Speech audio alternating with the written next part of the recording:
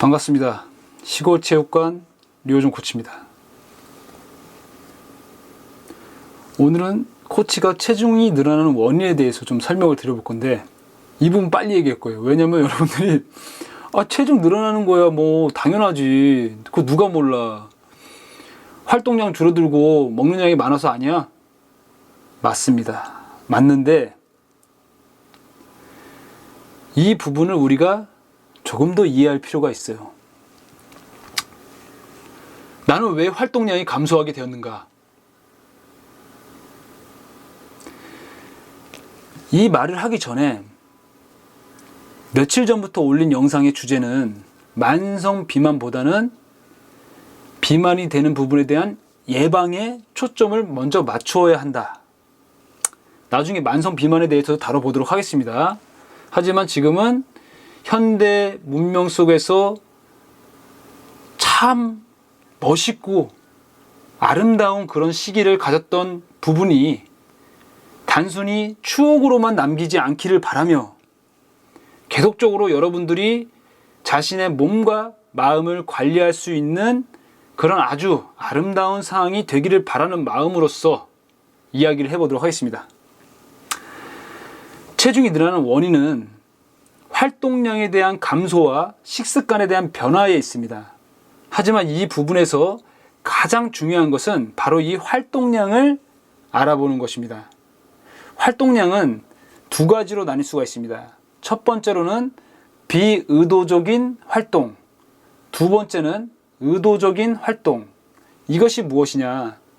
비의도적인 활동은 우리가 의식하지 않고 의도하지 않는 환경 속에서 운동을 하고 있었던 그런 상황을 이야기합니다. 흔히 성인이 되기 이전 우리는 학교에 가고 운전을 할 수 없기 때문에 때로는 워킹을 자주 할 수밖에 없는 상황이 됐고, 또 학교에 가서 친구들과 점심시간에 뛰어놀기도 하고, 친구들과 만나서 또 걷고 이야기하고, 때로는 엄마한테 용돈을 받아서 3시간, 4시간, 5시간 동대문 가서 쇼핑도 하고, 이런 부분들을 운동이라고 생각하지 않죠. 친구들이랑 난 잘 놀았다 라고 표현합니다.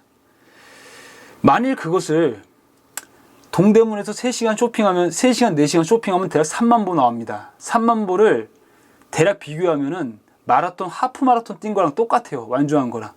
물론 운동 강도는 다르지만 운동을 통해서 소비한 에너지는 결코 크게 다르지는 않습니다. 좀 차이는 있겠지만은, 이런 부분들이 쌓여서 우리가 20살 이전까지 비의도적으로 활동한 그 시간은 정말 어마무시합니다.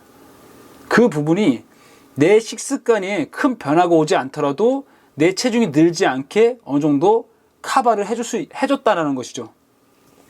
하지만 우리가 성인이 돼서 더 이상 많이 걸을 필요가 없고, 내가 갖고 싶은 자동차를 샀고, 또 내가 직업을 얻었는데 그게 활동적이지 못했을 때 식습관에 대한 변화는 없지만 자연스럽게 활동량에 대한 감소로 이어져서 체중이 늘어난 부분들을 인식을 해야만 한다는 것이죠.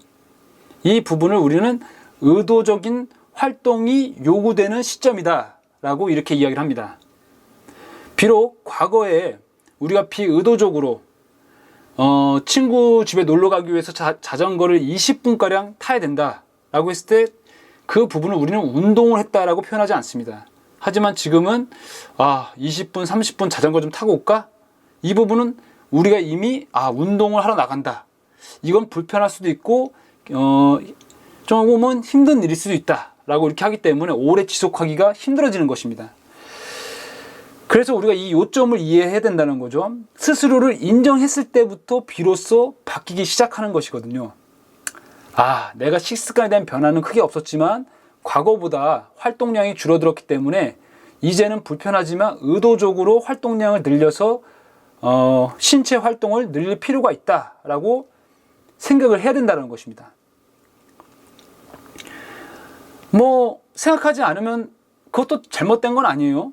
저는 코치니까 이제 이런 팁을 드리는 거고, 우리 어머니 그리고 우리 할아버지가 살아왔던 방식 그대로 세월 속에 늘어나는 인생의 무게를 느끼면서 그리고 때로는 좀 몸도 아프고 그러면서 그냥 세월에 의존해서 세월을 탓하면서 이렇게 살아가는 방법도 좋은 방법입니다. 나쁜 방법은 아니에요. 당연한 것일 수도 있죠. 근데 조금만 지금 불편하더라도, 조금 힘들더라도 우리가 이 부분을 의식해서 운동에 조금 더 접근한다면은 엄청나죠. 예, 그 효과는 엄청납니다.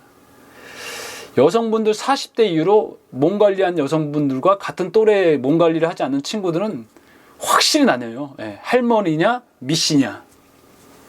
물론 남성분들도 마찬가지고요. 예. 한번 만들어 보는 거 어때요? 그런 이상적인 어떠한 그 시대적 역행을 하는 그런 사람들. 예. 가끔 가다가 세상에 이런 일이 나오는 그 사람들이 있는데 여러분들이 될 수 있어. 충분히 가능해. 코치의 목표가 거기에 있거든요, 사실은. 코치님 운동 왜 하세요? 저는요, 예. 시대를 역행하고 싶습니다. 시대를 역행해서 나중에 정말 멋있는 할아버지가 되고 싶습니다. 예. 꼰대가 되고 싶지 않습니다, 저는. 내 마음과 신체가 약해지면은 제가 그렇게 될까봐 두렵습니다. 라고 자신있게 이야기를 할 수 있습니다. 자, 만약에 그래요. 식습관은 변하지 않았지만 어쩔 수 없이 활동량이 성인이 돼서 좀 활동량이 줄어들었다. 이제는 비의도적으로 운동을 해야 될 시점이 왔다. 라고 했을 때 식습관이 변화가 되지 않아서 내 체중을 잘 관리하고 있는 상황이 됐다 하더라도 언제든 바뀔 수 있잖아요. 어떻게 바뀌겠습니까? 내 성인이 돼갖고 활동량은 계속 이제는 불편하지만 의도적으로 노력하고 있어. 근데 식습관이 변화가 될 수 있어요. 어떻게 변화되냐? 대학교 갔는데 자취를 시작해버렸네. 옛날에는 15분 걸어서 버스 타야 되는데 학교 앞에 자취를 시작했어. 하루 6,000보를 걸을 수 있는 기회를 상실해버린 거야. 그러다 보니까 이분 활동량에 대한 부분이니까 활동량을 다르게 또 카바를 치게 되면은 뭐 강아지를 한 마리 사서 30분, 40분 산책을 했다. 이것도 하루 일과다라고 한다면 이제 카바가 된 거지. 근데 친구들하고 이제 그동안은 부모님 밑에서 자유를 약간 억압받았는데 이제는 그거 난 프리덤을 외친 거야. 그래서 친구들하고 노는 게 너무 재밌는 거야. 와, 신세계인 거야. 안 먹던 술도 막 늘어나고 술과 함께 안주 먹는 것도 너무 행복한 거야. 그러다 보니까 활동량은 내가 카바치고 있더라도 체중이 늘어날 수 있는 이런 부분들이 있지. 이걸 바로 식습관에 대한 변화, 두 번째 식습관에 대한 변화라고 볼 수 있고, 세 번째로는 결혼을 했어. 나는 원래 내가 먹고 싶은 거 먹고 따라서 만족하고 자면 되는데 퇴근하고 왔더니 와이프가 치킨이 먹고 싶다네. 그리고 치킨을 먹었는데 다 못 먹어. 근데 난 배불러서 먹고 싶지 않지만 생각은 없었지만 바로 앞에 있으니까 또 손이 가네. 어쩔 수 없지 이거. 좀 더 먹어줘야지. 이렇게 하다 보면 체중 10kg, 1년, 2년 후에 체중 10kg 획득. 이런 부분들이 있어요. 이것도 자각해야 되지만 이건 좀 후자로 좀 밀어둬야 될 것 같아요. 이런 부분들은 후자로. 그 이유가 뭐냐면 어쨌든 늘 때 늙더라도 체중이 올라갈 때 올라가더라도 운동하면서 올라갔어요. 예, 운동하면서. 그러면은 몸이 힘없이 처지진 않아. 육덕질 수 있어. 남자로 따지면 마동석이 될 수도 있는 거야. 왜냐? 충분한 에너지 섭취하면서 운동하는 게 뭐야? 근매스 증가 아니겠습니까? 예, 근매스 증가. 단순하게 본다면 그렇게 된다니까. 여성분들 같은 경우도 운동을 하게 되면 식습관에 대한 부분이 좀 증가하더라도 그렇게 쉽게 체중이 증가되지는 않아. 하지만 그거 이상으로 많은 음식량에 대한 증가가 일어나서 그런 변화가 찾아왔다면은 그래도 운동하면서 드세요. 예. 그러면은 정말 뭐라고 해야 되지? 글래머가 될 수 있어요. 글래머가. 꿀벅지, 균형 잡힌 몸매. 예.